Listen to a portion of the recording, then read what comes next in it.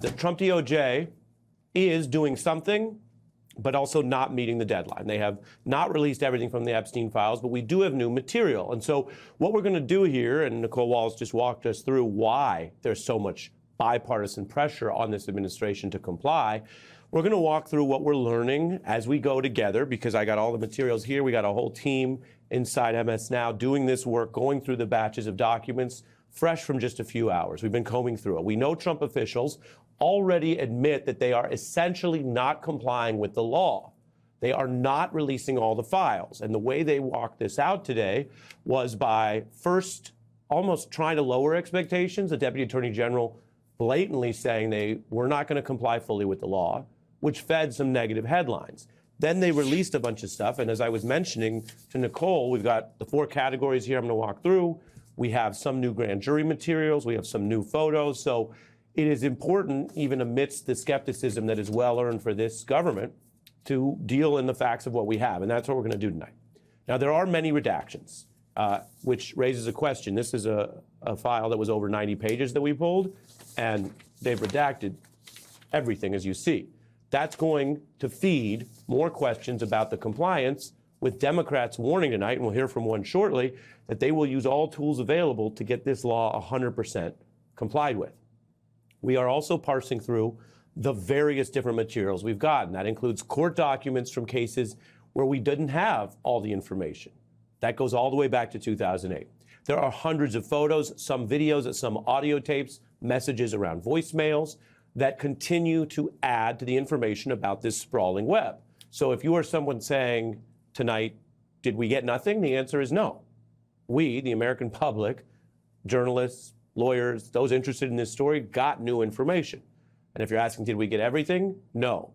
As Nicolle and I discussed, we're a long way from that. And the DOJ is not being transparent. And so I'm going to show you what I mentioned. How they started the day was not, hey, we're really trying, or the way they worded it in this letter, which I'll get into, which on paper sounds good, like, hey, we're doing as much as we can.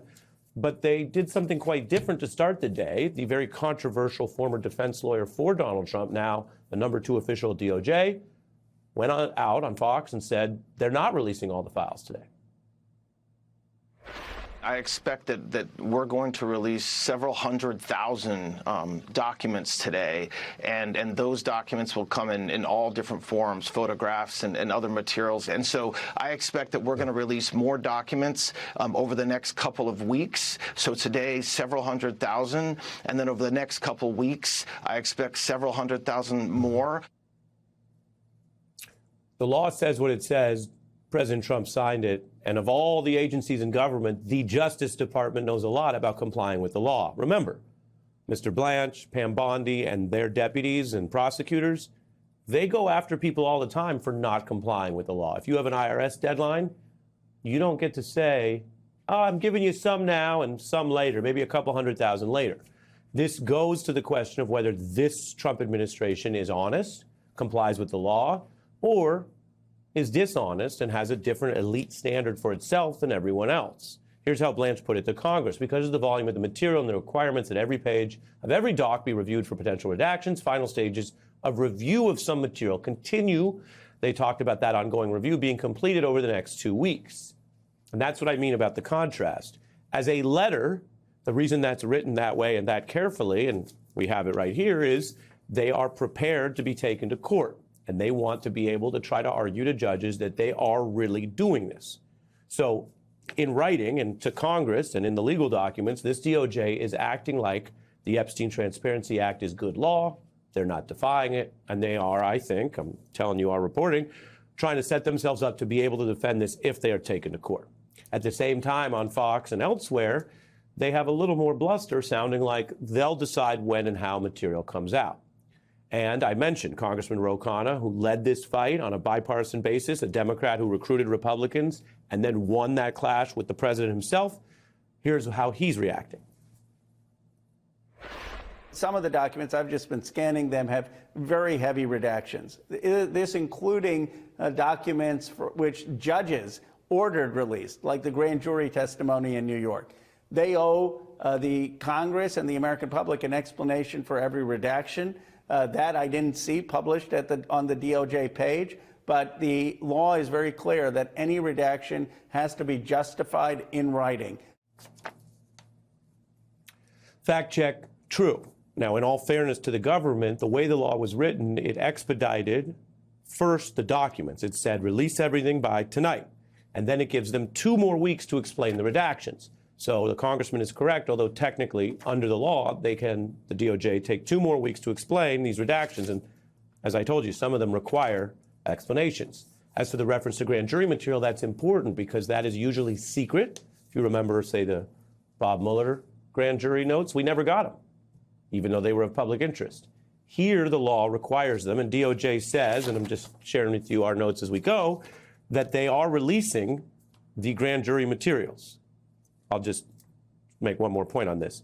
I'm reading from the letter here, and it says they will release the materials from Epstein's criminal case in 18, the Maxwell case in 19, the Epstein death probe, and the grand jury materials from the Southern District of New York.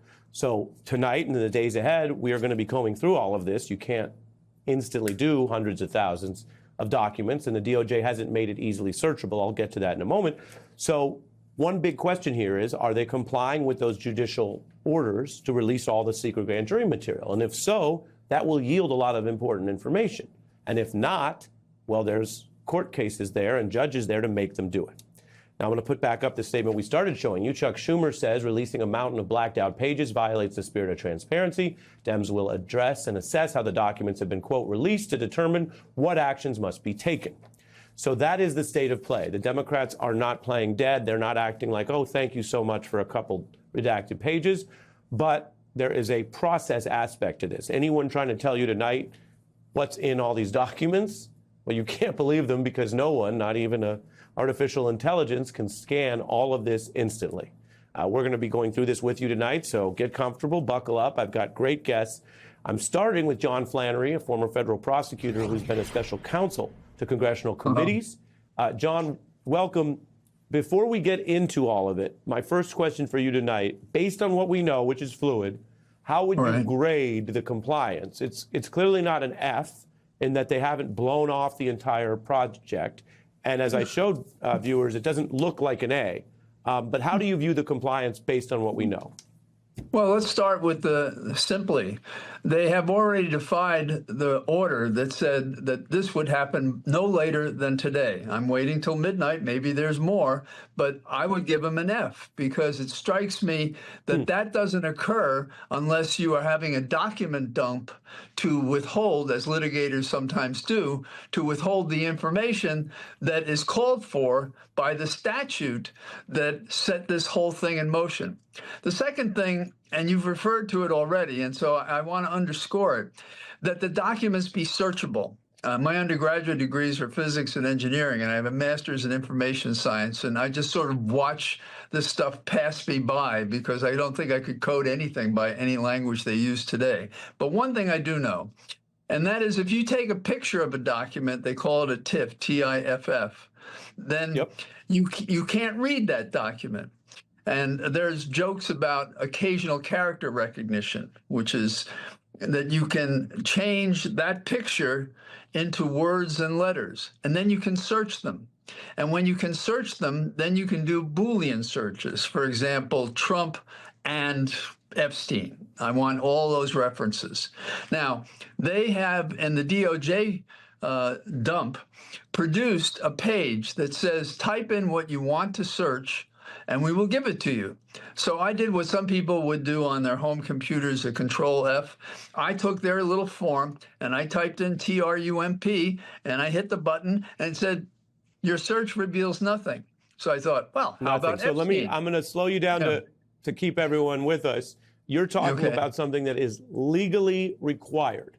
Correct. I just want to remind viewers, the Congress didn't say, hey, send this over to us, we'll review it first. Sometimes they do that. They didn't say, have the Inspector General review it and give us a summary. Because of this secrecy and the failure by parties, both parties' administrations over the history as we know it of justice, the victims, the elites, this was a different approach. It was put all the information in a searchable, downloadable format so the public can deal with an area where there's been so much skepticism and scrutiny. And so the search bar as we've checked, it has some functionality. The New York Times reported that when it was first released, it wasn't working. 5:30 p.m., I want to show people, to your point, you put in Trump, who we know has been in there many times, and it had 2 hits total. A search for Maxwell, which should generate many hundreds of hits. There's a whole case file for her. Wasn't working well. It showed only 31. And to give viewers, I'm showing this so people can see with their own eyes, the most egregious example is if you search Epstein, you get about 224 hits out of a production that the Deputy Attorney General described as hundreds of thousands. And I could tell viewers that would be like getting 1% accuracy. So John, the fact that they had the month to prepare, and as of the release, it's not working, tells you what? It tells me that it's hard for me to believe it's an accident given the context in which anything is produced. We have the former counsel, criminal defense counsel to Mr. Trump, and he is directing this, and he is the one who is already violating, as he's telling us, this is what you're going to get. We're going to get some now and you'll get some later. And it's supposed to be searchable, and those words are exactly, it says searchable and downloadable format. And the other thing you'll notice is they put everything in stovepipes. So you have a collection, I went through them as best I could in the time allowed.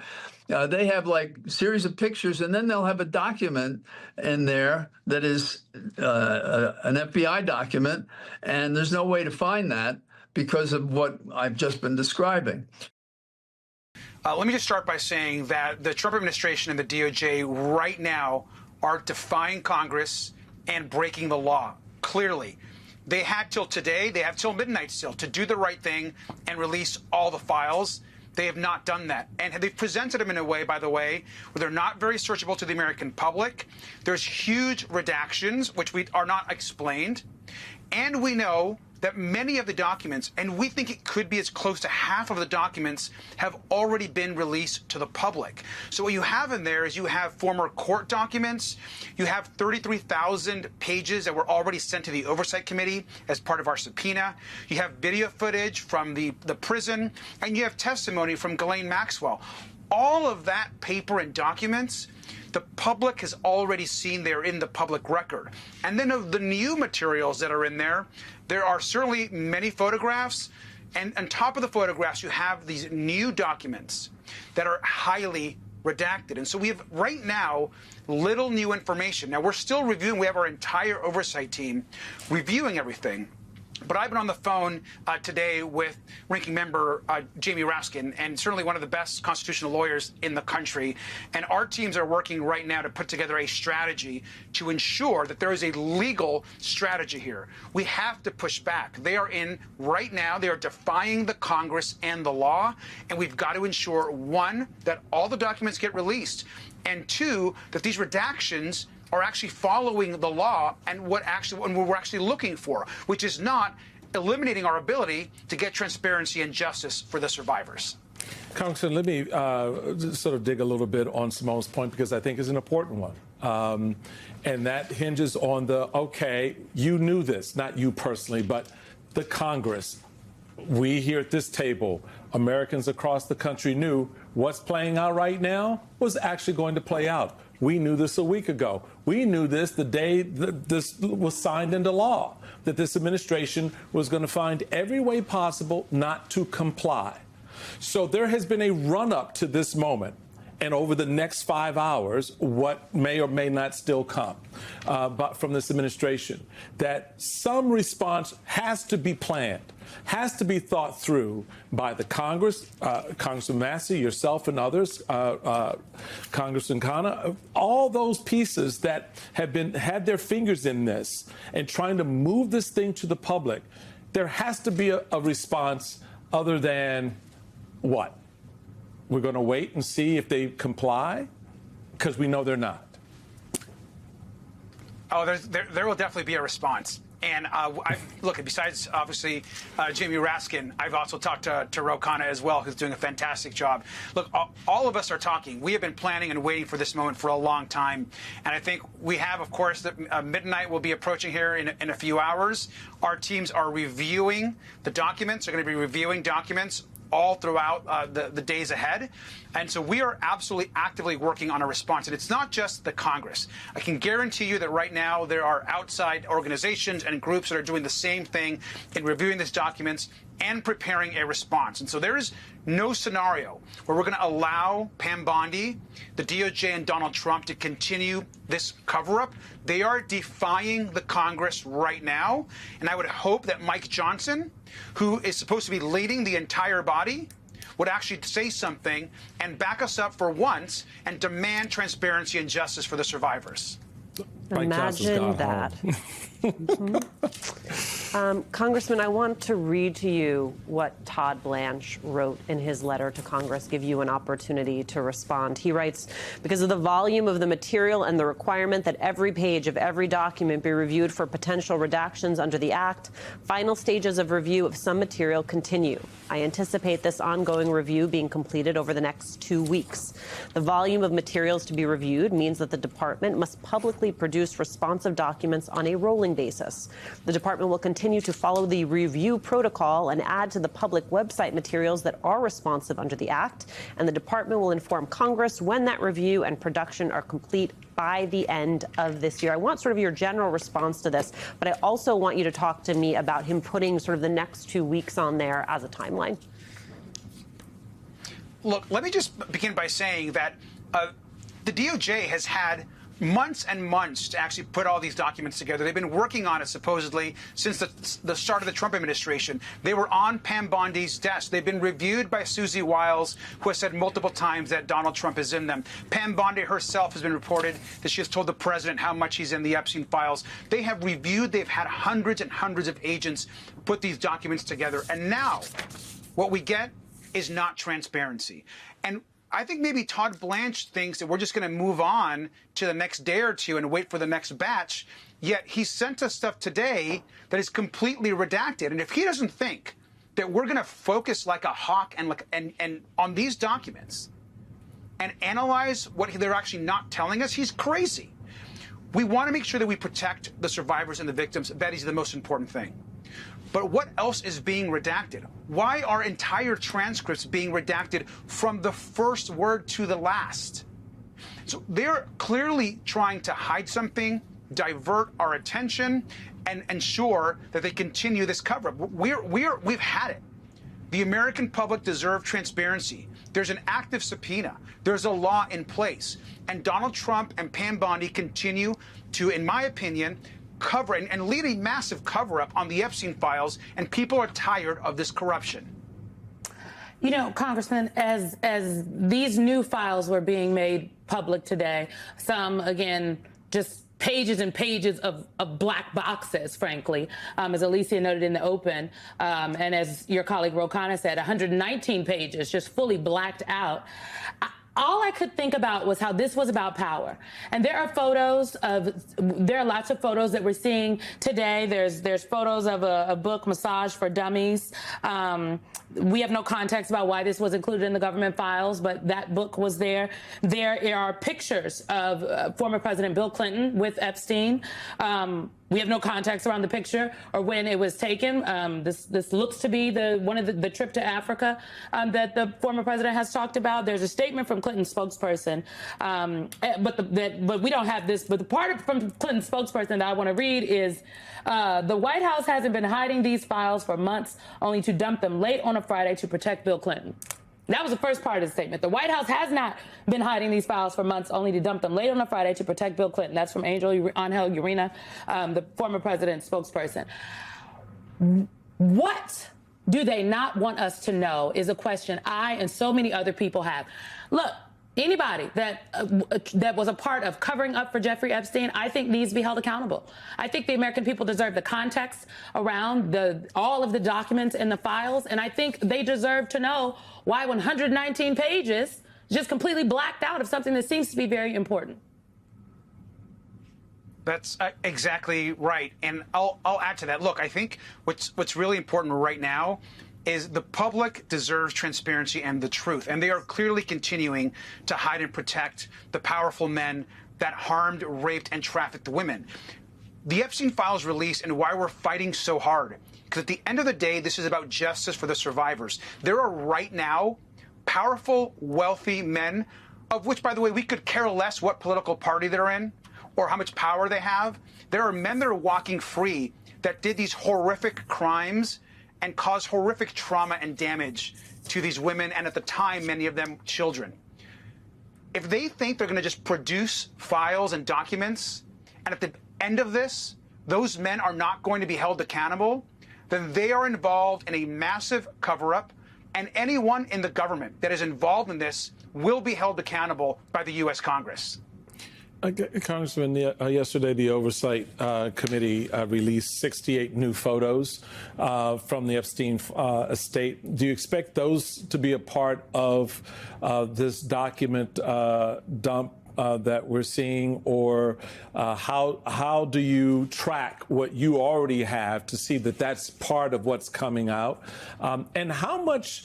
I mean, is there some understanding of the finite nature of this? How many documents are we ultimately talking about that should be released? When we say all the files, help the public understand exactly what that means. You've already noted some 30,000 have been released in other forms and venues through court proceedings, et cetera.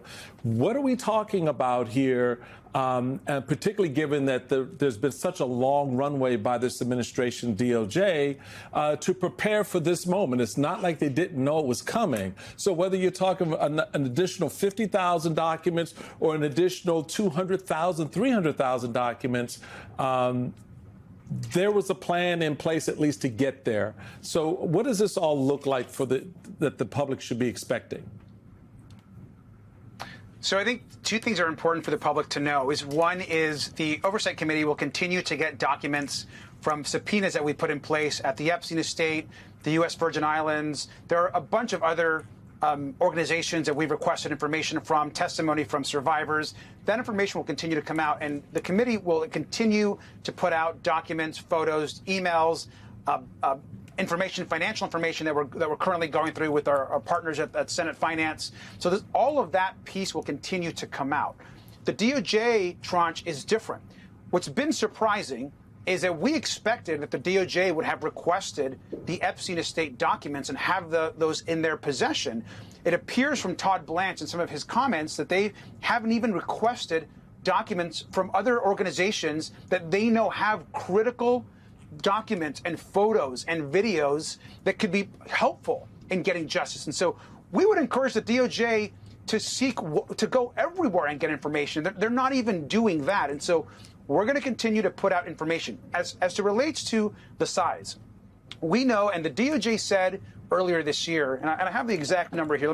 They actually said that there was about 300 gigabytes of data as it related to the files. And so what we do know, if you take that number aside and you think about what we've received so far, we think we might have about 10% total. Again, this is an estimate, but we might have about 10% right now of the total amount of files that the DOJ likely has in their possession. And so we're watching this very carefully, and they're not going to get away with just dumping and redactions and not getting us the truth.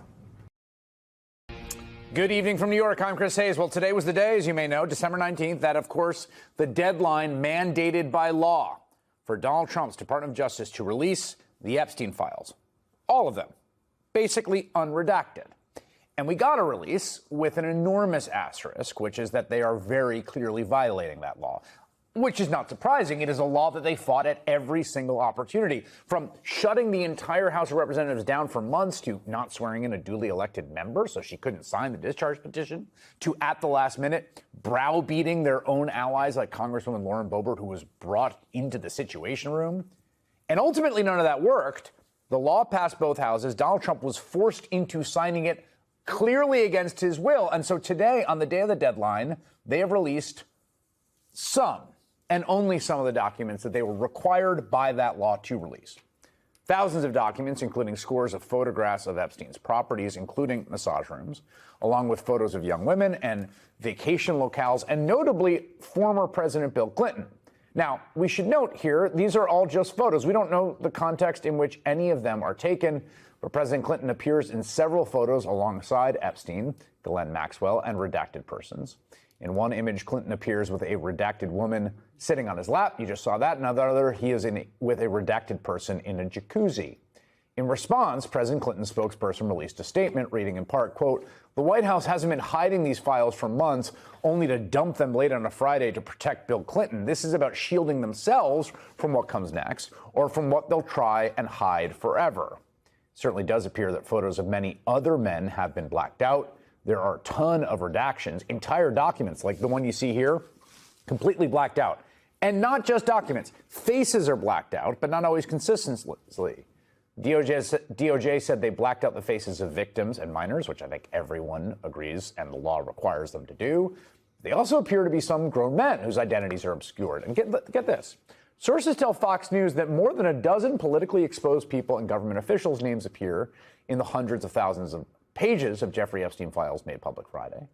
And in addition to protecting the victims' identities, Fox reported that the same redaction standards were applied to politically exposed individuals and government officials. If that is true, it is illegal, flatly. The federal law at issue, the one that has brought us to this point, is clear. The Department of Justice cannot redact information solely because its release might harm an individual's reputation. And if they did redact politically exposed individuals, why did they release more than a dozen photos and documents relating to Bill Clinton? I think we know, right? We're not idiots. In fact, he seems to appear more than any other public figure, including in this social media post by a White House spokeswoman suggesting the media investigate Clinton's well-documented encounters with Epstein.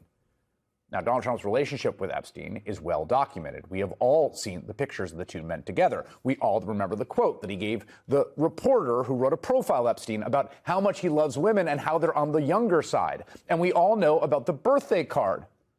Donald Trump denies writing it and sued about it, but the one where he talks about them having secrets and age being nothing but a number.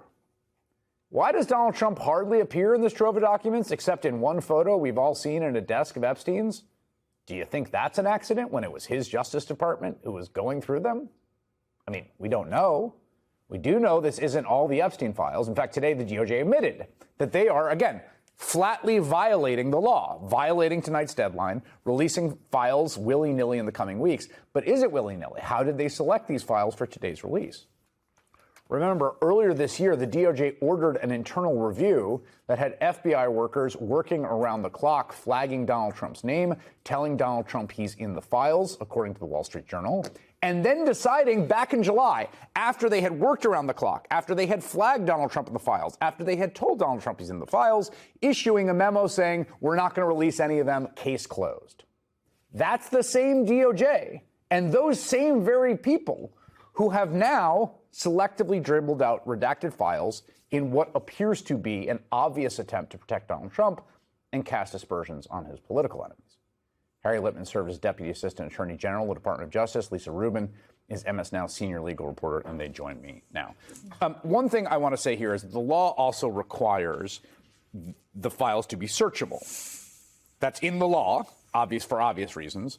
So we should just start by saying, for much of today, the search function has either been entirely not functional or barely functional. I think that's a good way of putting it. I will also say, in fairness, that there is a big caveat, almost in bold letters, on the Department of Justice's website, saying that there may be technical problems with the searchability function. Nonetheless, you're absolutely right that the plain text of the Epstein Files Transparency Act says the files have to be publicly accessible and searchable for the same reasons that we're all discussing, because there are certain things that people want to know, right? And you want to be able to know them without looking through each and every image. That's also probably for the protection of the survivors themselves, who shouldn't have to look through each and every image or document in order to see the things they're looking for, including notes of interviews, for example, that they may have given to the FBI or the Department of Justice. So on the redactions, I mean, the law is very clear about this reputational harm.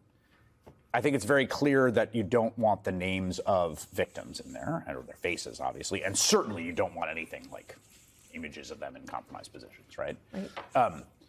The But what are the other legal grounds that one would redact here, Harry? Well, first, the law is the law. It's not grand jury anymore. Right, so what, it's the law. It's not a recommendation. It's the Epstein Transparency Act. So the victims' names, confidentiality, not reputational harm. And I just want to go to your upfront point about this could not be willy-nilly. It must be a cover-up. Just my 12-year-old could do just the stats.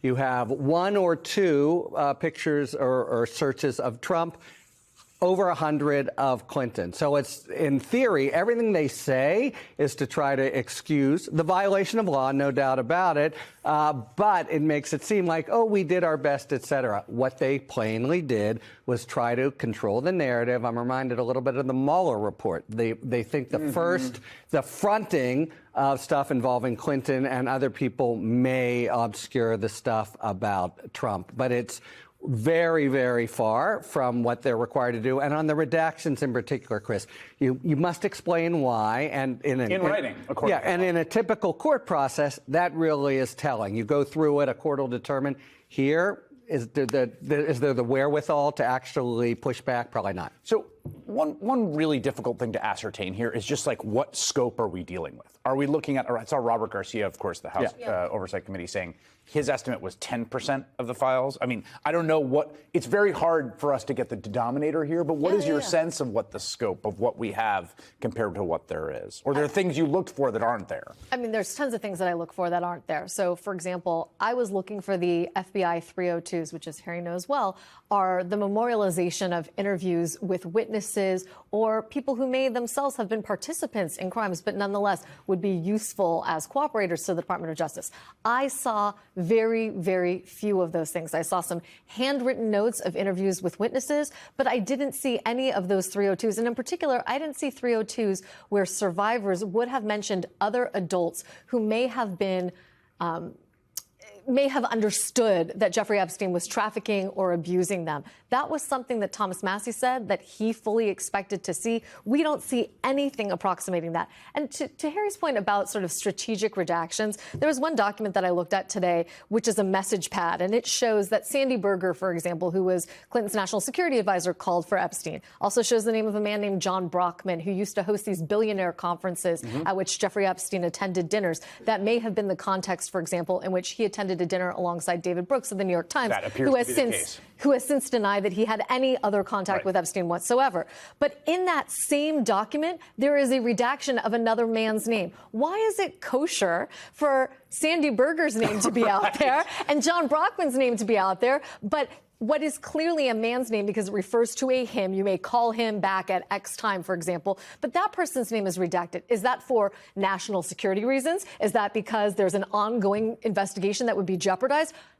I don't know, and I won't speculate, but I would like to know the reason why it's okay to name some and not others. And similarly with faces, there are some men whose faces we clearly see. They include Michael Jackson and Mick Jagger and Bill Clinton. And then there are other places where there are men we can't see, and we know that they are men. Why? I also feel the need, just before I go back to you, Harry, with all of this, right, just to say, like, for instance, in the case of Bill Clinton, that he denies any wrongdoing having to do with it. He also denies having known anything about Epstein. And also, when we're talking about these sort of time contexts, I do think it's important. You know, people that are meeting with Jeffrey Epstein in 2011, 2012, 2013, at that point, he had already pleaded guilty to the crime he had. There had been stories about it. Maybe they knew and maybe they didn't, but it was entered into public evidence. You know, in 1995, 1997, it's just very unclear if anyone knows what's happening, right? So we should just put that forward just to, like, you end up in the situation where there's a certain guilt by association that's inevitable. Yes. But no one knows, like, timestamps or the context and or to any your of point, this. So, like, that's why I think the emails with Larry Summers were as damaging to him reputationally as they were. Because well into 2019, they are having those conversations when everybody understands who Jeffrey Epstein was alleged to have been. Tonight, as we continue to cover the Justice Department's limited release of the Epstein files, I think it's important to reflect on the fact that we, the public, would know absolutely nothing about the extent of Epstein's crimes and the crimes of his associates if it weren't for the sheer bravery of those who survived them. For years, scores of survivors have fought valiantly for justice and for accountability for years, for decades, including one of the first survivors to come forward, Virginia Roberts Giuffre, who was rightfully credited back in September for her role in bringing all of this to light. Virginia Roberts Giuffre is an American hero. Yeah. She is somebody without whom we would not be able to have this voice. She was the one who had courage to name names, speak out against people, and she was standing up against everybody at one time with an enormous amount of pressure. And most of these women are here because of Virginia Roberts Giuffre. So as Trump's Justice Department refuses still to release the full Epstein files, the question remains, will the survivors ever get the justice they deserve? I think we all certainly hope so. Joining me now are Sky and Amanda Roberts, the brother and sister-in-law of Virginia Roberts Giuffre, who have been fighting tirelessly for justice in her memory. It's great to see you both. I wish it was under different circumstances. I remember talking to you right around when this passed, and there was a feeling of elation after so much hard work. And now here we are, and it's the deadline, and Congressman Garcia is estimating it's about 10%. There's massive redactions in these documents. I know you both have become kind of part of the glue that is holding a lot of the survivor community together. And I just wanted to let me start with you, Sky. How are you feeling today about everything? Oh, God. I think Amanda's already crying over here because it's a mixed bag of emotions today. There's a lot of there is a sense of like pride and joy and being proud because the survivors deserve that. I mean, you look at some of the survivors that like fought this initially, like Virginia and like Maria Farmer and so many other brave people survivors that came forward and just fought valiantly to get these files released. And it's taken decades. It's taken decades to do that. And you're reading them now, with a naked eye and looking at them and saying, oh my God, like these women fought so hard for this. And so we're feeling really proud of our survivor sisters, of our own sister, of Maria, and so many others that fought so hard.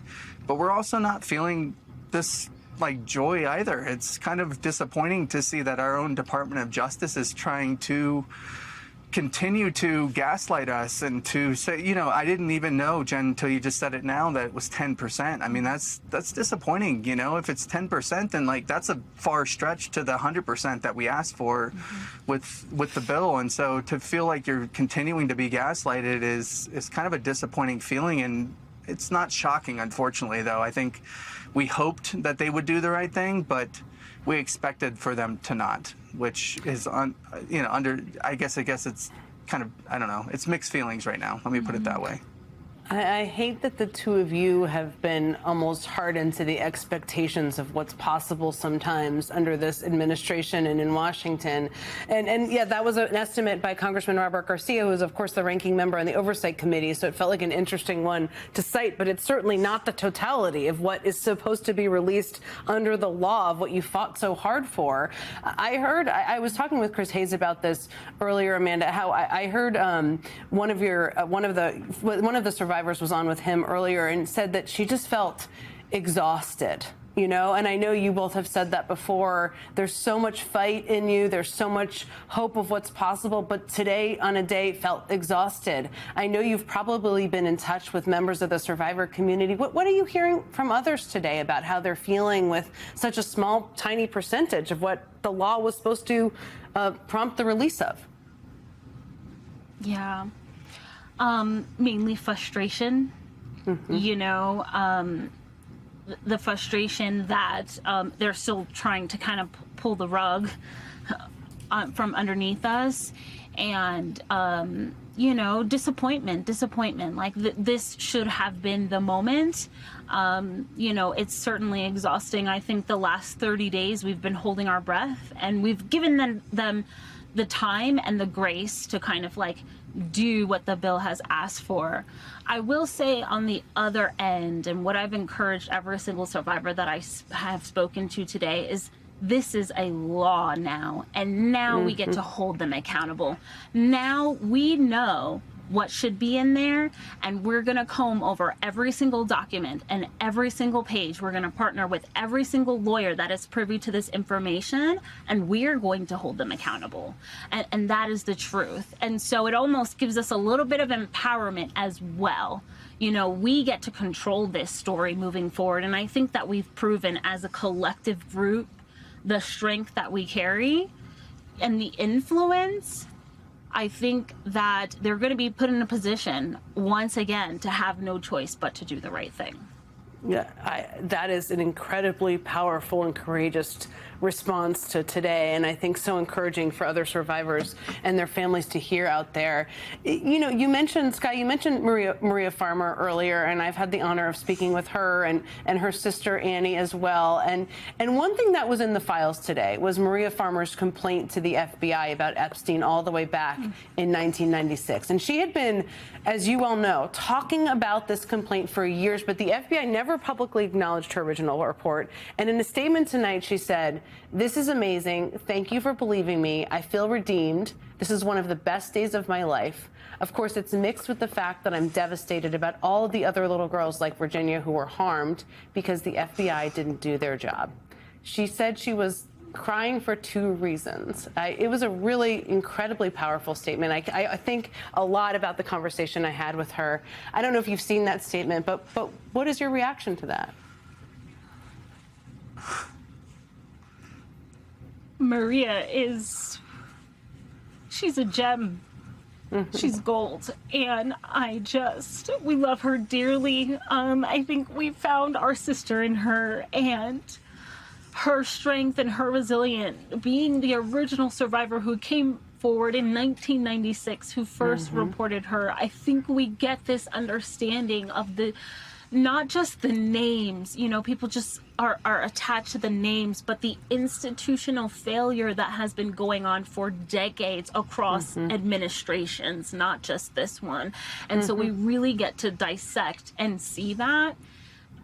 Maria Farmer is another hero, and she's just absolutely amazing, and I'm so glad that she got this day of vindication.